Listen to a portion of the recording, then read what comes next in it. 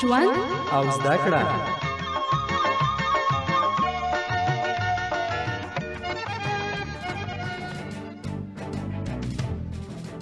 د آبادۍ غږ. درنو اوریدونکو سلامونه او نیکی هیلې.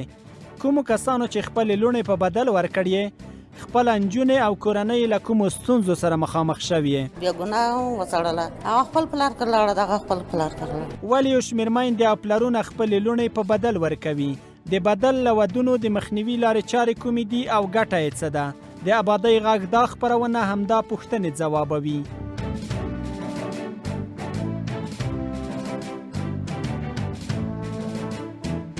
بدل یعنی د یو توکي بدلول په بل توکي یا د یو څیز ورکول د بل څیز د اخیستلو په موخه یا هم د یوې نجلۍ ودول د بل نجلۍ په مقابل کې. بدل له پخوا راهیسې د خلکو په منځ کې دود دی، خو دا چې د دغسې ودونو ستونزې زیاتې وي نو د وخت په تېرېدو سره بدل ودونه کم شوي. خو اوس هم ځینې داسې سیمې او خلک شته چې دغه دود ترسره کوي او خپلې لوڼې په بدل ورکوي. دا چې بدل ودونه کومې ستونزې رامنځته کوي له څو کسانو یې اورو. ما خپله لور مې بدل کړې خپلو سره جنجال جرګۍ کې پیدا شو، هغه یې دلته پرېښود، هغلته یې بوتله دواړه یې لا کړې. بدل کې دواړه اعلان مې شک ګناهګار هم پلار کره وسړله، نو دا بیا ګناه هم وسړله. هغه خپل پلار کره لاړه، دغه خپل پلار کره لاړه. جنګونه مېړه یې نه قبلوله، ویل ټکول یې وکړه نو یې سړله. دا یې جنګونه. د ما نوم ګلاجان د کابل د ولایت. زه یو چیرته د خپل زوی دپاره چې ښځه وکړم خواستګارۍ ته لاړلم، نو هغه خلکو نه مې خواستګاري وکړه. هغې پیغله لور په کور کې درلودله. دې سړي ما ته ویل چې دغه لور زه په تویانه یا په رسم و رواج نه ورکوم، بدل کوم زوی ته. نو هغه ښځه هماغسې تر اوسه ناسته ده، 15 کاله کېږي چې دا اوس هم پیغله ده. دې ورور ته په نام کړې ده چې دا به ته واخلې بدل به یې کړي. خپل پلار چې د ما په لور باندې ښځه کړې ده، د ما زوم ته به ښځه کوې په دې باندې لازمي. کاکا خسر لور مې کاکا خسر زوی ته بدل کړې ده او دوه کورنۍ په منځ کې ډېر اختلافات راغلي دي، ځکه چې د یوې کورنۍ چې اولاد یې نه درلودله په ښځه یې بن راوستله. همدغه باعث شول چې په دواړو کورنۍ په منځ کې اختلافات راشي او مېړه او ښځه چې دي لکه غاښ او چاړه داسې دي. نوم زین الله د ننګرهار ولایت خوږیاڼو ولسوالۍ اوسېدونکی. اول زموږ په خپل کلي کې په خپل محلات کې چې دی دغسې یو وخت کې زموږ مثال د کلیوالو سره بدل وکړي، بیا چې دی هغه په دې خپله ښځه باندې وارونه ټکونه کول ور باندې دلته سره په دې باندې خفه کېده چې د ما په خور باندې ولې هلته وار وشي. خواښې به یې راجګېده، د خپلې ننګور ته به یې ویله چې د ما لور هلته په غور کې ناسته، تا په غور ورسره کېنومه، تا نه پرېږدم چې ته ما نه په دې کور کې خش په وکړې، ځکه تا ورونه یا پلار دې د ما لور ټکوي، نو زه تا ورسره همداسې کومه. څو کاره د پکې بندیان شو، جنجالونه او لانجې ډېرې سره وشوې ور باندې. وام اورېدل کومو کسانو چې بدل ودونه کړي وو له ګڼو ستونزو سره مخامخ شوي وو. د ځینو ژوند خراب او آن خبر یې تر طلاق رسېدلې وه. ځینې مېرمنې وهل او ټکول کېدې ځکه پر بدلي زی ظلم شوی وو. یو شمېر کسانو چې له مجبوریته دوهم ودونه کړي وو نو پر بدلي زی هم بن راغلې وه تر څو سره مساوي شي. په همدې اړه به د ټولنپوه استاد تاج محمد رحیمي خبرې هم واورو. د بدل واده په ټولنه کې ډېرې زیاتې ستونزې رازېږي. هغه ځوان چې په بدل واده کړی وي بیا وروسته ژوند یې دومره تریخ شي چې نه یې پرېښودلی شي او نه یې ساتلی شي. مثلا که چېرته یو کور کې یو جنۍ واده شوي او د هغې کور جنۍ د بل کور ته واده شوي وي، که هلته په هغه جنۍ باندې ګزار کېږي په مقابل کې دلته ګزار کېږي، که هلته هغې باندې ظلم کېږي دلته پرې ظلم کېږي. کېدای شي یوه به ښه وي یو به ښه نه وي، هغه یا کېدای شي دواړه ښه وي، کورنیو ترمنځ مشکلات وي. نو که چېرته هلته یوه جنۍ وهل کېږي دلته مقابل کې په بدل کې دغه جنۍ ته زور ورکوي، تکلیف ورکوي. د دې ترڅنګ نور ډېر پیغورونه نور تانې رامنځته کېږي. یا مثلا که چېرته بدل واده شوی یو مقابل لوري ته هغه جنۍ یا څوک چې واده شوی د هغې اولاد وشي او د دې بل ونه شي، دلته بیا بغض او کینه بیا راولاړه شي، ولې زما د زوی اولاد نه کېږي او زه باید زما د لور کېږي او ستا نه کېږي، داسې قصې به کې راولاړېږي او مشکلات رامنځته کوي. نو په دې جنجالونو کې بالاخره د هلک او د نجلۍ ژوند له تباهۍ سره مخ کېږي.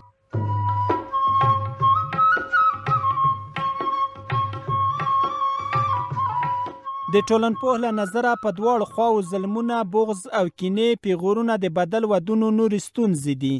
خو پوښتنه دا ده چې ولې یو شمېر کورنۍ خپلې لوڼې په بدل ورکوي.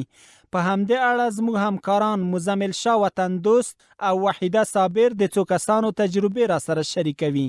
تاسو په نظر د بدل واده ولې کوي خلک؟ چې موږ دوستي زیات سي. تاسو څوک بدل دي؟ د ما اندرور می بدل ته لوریتم بدل کړی ده او هغه خاصګار د تلاړ د موږ حال تلاړ جلکې خوښ سو بعد غزته نشانه راوړ بدلم کو. ولې بدل وکړو؟ بس خوښ سو وايي خلک درازه بدل کو دغه جلکې خوښ سو چې دوستي ډیر سي. نوم څه دی؟ نوم عبدالستار او زه د لغمان اوسیدونکی یم. لور خو مې بدل کړې ده. یعنی ته خپله لور ورکړه د هغې لور هغې لور مې ترې وکړله او خپله دې ورکړه؟ خپله مې ورکړله. ولې دې په بدل ورکړله؟ ولا چې په بدل همداسې ورکړله چې هغه هلک ولې ځان ته ښځه کوم وسه مې نه وه په پیسو باندې ځکه مې ورسره بدل وکړو. نوم څه دی؟ نوم مې نام الله دی او د ننګرهار ولایت څخه یم. د دې دپاره اکثریت کوي که نه چې خپلولي رشته قایم اوسېږي که نه ځکه لکه تر بنیاد په هغه کې درته وایم که نه چې نوم څه دی؟ نوم مې ولایت خان دی د شیرزاد ولسوالۍ د ګندمک اوسېدونکی یم. ما خو واده په بدل کړی دی. یعنې علت یې علت دا و چې هغه وویل چې موږ بدل کوو دغه وړکي ته وړکۍ جلکۍ کوو او د موږ چې وړه نه وه بس خپله خورزه مې راواخیسته بس ځان ته مې بدل کړه. یعنې تا خو هغوی ته چې د مهر په مقابل کې ما ورته ویل چې مهر هغوی بیا وروسته موږ وسه نه کېږي چې د هلک ته ښځه وکړو. غریبانان یو او موږ اوس نه بدل کوو په دغه خاطر هم بدل وکړي.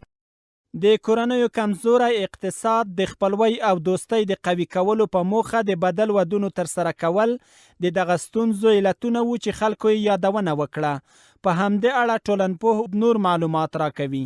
تر ټولو لوی علت چې دی هغه یو غربت دی، بل له اسلام څخه پوره آګاهي نه لرل دي او بل په ټولنه کې بد دودونه او روایتونه دي. دا څو لاملونه دي چې خلک بدل واده ته زړه ښه کوي. غربت په دې معنی چې د خلکو سره وس نه وي چې هغوی خپل زوی ته په پیسو باندې واده وکړي، ځکه ولورونه جګ، د خلکو توقعات زیات دي، رواجونه دا ټول شیان پالل کېږي. نو کله چې دغه ټولنه کې ولور جګ وي، رواجونه پالل کېږي، په هوټلونو کې د ودونو غوښتنې وي، په دې خاطر باندې خلک بیا دې ته ښه زړه کوي چې زه خو بدل به وکړو. بل علت چې دی هغه د اسلام څخه پوره آګاهي نه لرل دي چې په هر څه کې افراط کوو. د مهر مسله پکې رامنځته کېږي، داسې نور مسایل دي چې دا پکې شته ده چې یعنې که چېرته موږ له اسلام څخه پوره آګاهي ولرو نو ګمان نه کوم که څوک د بدل واده ته زړه ښه. درې علت یې هغه دغه بد روایتونه او بد دودونه دي. تاسو فکر وکړئ چې په دې ټولنه کې یا زموږ ستاسو په افغاني ټولنه کې ماشوم لا نړۍ ته نه وي راغلی، هغه لا د مور په ګېډه وي چې پلرونه سره کېني که زما لور وشي ستا لور وشي او بل زوی ته به یې ورکوو.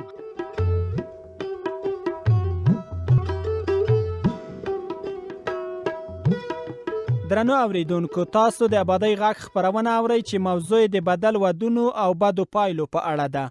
دا خپرونه د افغانستان په تعلیمي مؤسسه کې جوړیږي. که زموږ د دې یا نورو ښوونیزو خپرونو په اړه کوم وړاندیز یا نظر لرئ نو زموږ له همکارانو سره یې د ټلیفون په دې شمېره شریک کړئ: 0 240 15 01. د عامه پوهاوي د کچې کموالی، فقر، د ټولنې بد دودونه د دغه ستونزو نور علتونه وو چې ټولنپوه یې یادونه وکړه.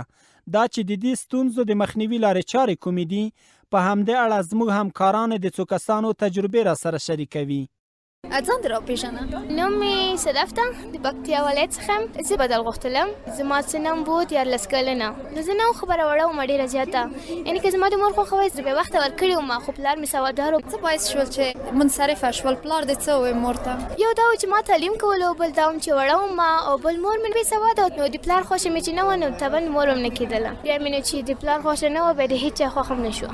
زما مور د ښځو خبرو ته یې غوږ نیولی چې فلانې لور دې واده کړه چې پرده یې وشي. پلار مې غوښتل چې زه تحصیل وکړم، زه ډاکټره شم، آینده ته یو څه وکړم. ته څومره خوشحاله شوې؟ ډېره زیاته بې نهایته خوشحاله شوم.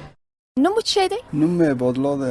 آیا ستاسو په کورنۍ کې تر اوسه پورې بدل ودونه شوي دي؟ موږ کورنۍ کې خو اوس نه دي شوي، خو مخکې همداسې یو مرکه راغلی وه. او بیا تاسو بدل وکړ او که نه؟ نه، بدل ونه کولو. کاکا لور مې رضایت یې ورنه کړلو، ویل چې دا ژوند تنهای ما ژوند نه دی، 4 نفرو ژوند خرابېږي، هغې خاطر ذاتونه قبوله یې نه کړله. که په یوه کور کې یوه خفه وي به حتما په بل کور کې بله هم خفه کېږي. او د تره زوی مې هم ویلی دا یې ما قبوله نه ده، ما خور یې نه قبلوي. ویلی زه نه غواړم چې ما خور ما پوره قرباني شي. بیا مشرانو دا خبره ومنله او نه شوله. د دې کار ګټه څه وه؟ ګټه خو یې دا وه اوس کاکا لور مې واده شوې ده او د کاکا زوی مې واده یې کړی ده. دواړه خوشحاله دي، هم دا خوشحاله ده هغه هم هغه خوشحاله ده، او د کورنۍ اړیکې هم اوس ډېرې ښې دي. تاسو خپلوان کې څوک بدل دي؟ زه خپله بدل یم. څو کاله کېږي؟ د واده به 18 کاله به کېږي. دا په 18 کالو کې تاسو منځو کې د کتاب باندې څه مشکل راغلی وي یا ویندار باندې د ماقه مشکلات راغلي دي؟ په ما باندې کوم هغه نه ده. زه د کور د خوښ خبره مې دا نازولې د مون کور کې هغه سوه ده. څه کوم مخکې بس زړه به یې خفه کېدلی بیا به یې داسې رقم ګرځي او د ما لور ته وګوره. بیا کله کله تا میړه تا ته څه نه وایي چې خور مې داسې ده؟ بیا ما ته وایي ته هغو ته نصیحت وکوه دا خوښې به مې ورته ویلې یعنې زه به دې سره وکړم. بیا به هغې ورته ویلې نه دا پام کوه داسې کار به ونه کوي. بیا اوس ښه ده راسره چای نه وایي. دومره خبرې نارینه و منځ ته تر اوسه نه دي تللي. سیانې نه ران پرې پوه سي یا جنګ وکوي یا هغه وکوي. دا دومره وخت کې یعنې دغو نه راته نه دي ویلې چې دغه جای نه جګه سه هغلته کښېنه. وام اوریدل یو شمېر کسانو د بدل ودونو د بدو پایلو د مخنیوي په خاطر بدل ودونه نه و کړي. ځینې نورو کسانو هم د خلکو بدې تجربې لیدلې وې او خپلې لوڼې په بدل نه وې ورکړې. یو شمېر نورې مېرمنې چې په بدل واده شوې وې نو خپلې کورنۍ له ظلم کولو منې کړې وې تر څو پر دې شوي ظلمونه یې پر بدلیزې ونه شي. په دې اړه زموږ همکار سپوږمۍ مایار د کابل د ابتدایه محکمې له رئیس مولوي عبدالقیوم سره مرکه کړې. په ګډه به یې واورو. رئیس صاحب ډیره مننه چې موږ ته مو وخت راکړ. که په لومړي سر کې راته ووایئ چې د اسلام مبارک دین د بدل ودونو په اړه څه حکم کړی؟ پیغمبر علیه الصلاة والسلام د حدیث مبارک دی په دې هکله باندې چې یعنې یوه ښځه د بلې دپاره ولور کېدلی شي که نشي کېدلی؟ نه، د اسلام په مقدس دین کې یوه ښځه د بلې دپاره ولور نشي کېدلی. د الله پیغمبر صلی الله علیه وسلم 1400 کال مخکې موږ تاسو ته دا هدایت کړی دی او دا لاره یې راښودلې ده چې لا شغار په الاسلام. بدل په اسلام کې نشته دی ځکه انسان چې دی حر دی آزاد دی. په اسلام کې شغار ته بدل ته ځای نشته دی. که چیرې وي چې یو څوک یوه ښځه د بلې بدل کا یعنې دا معنا د یوې ښځې په عوض کې د بله ښځه ولور سي د یو بلې د بل دا نشي کېدلی. هغه کومې قضیې چې تاسو ته راځي د بدل ودونو په اړه تاسو یې څرنګه حل فصل کوئ؟ چې کومې قضیې په دغو رقم باندې راځي نو هغه علت یې ګوري چې دغه علت یې څه شی دی. په مابین د دوی کې د بې اتفاقي راغلې ده یا په یوه کور کې په یوه باندې ظلم کېږي په بله باندې کېږي. او هغه کسان چې په بدل ودونو کې له ظلم او تاوتریخوالي څخه کار اخلي د هغوی لپاره آیا کوم مجازات هم شته او که نه؟ که چیرې وي چې په یوه کور کې او د بل کور کې د یو د بل په مقابل کې ظلم کېږي نو هغه ټولو خلکو ته هم یې میړه ته مجازات ورکول کېږي.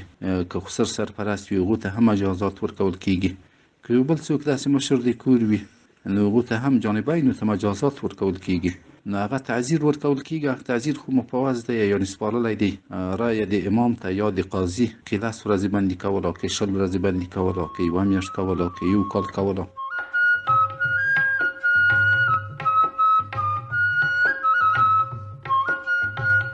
بغض او کینې وهل ټکول ظلمونه او طلاق د بدل ودونو بدې پایلې وې. د کورنیو د عامه پوهاوي د کچې کموالی، فقر او غربت، په ودونو کې لوړ مصارف او لوړ ولور، کمزوری اقتصاد د دغو ستونزو علتونه وو چې خلکو یې یادونه وکړه. خو ځینې داسې کورنۍ هم وې چې د بدل ودونو بدې پایلې او د خلکو تجربې یې لیدلې وې نو خپلې خویندې او لوڼې په بدل نه وې ورکړې. په اسلامي احکامو او د افغانستان په محاکمو کې هم هغو کسانو ته چې په بدل ودونو کې په میرمنو باندې ظلم او زیاتی کوي جزا تعیین شوې وه.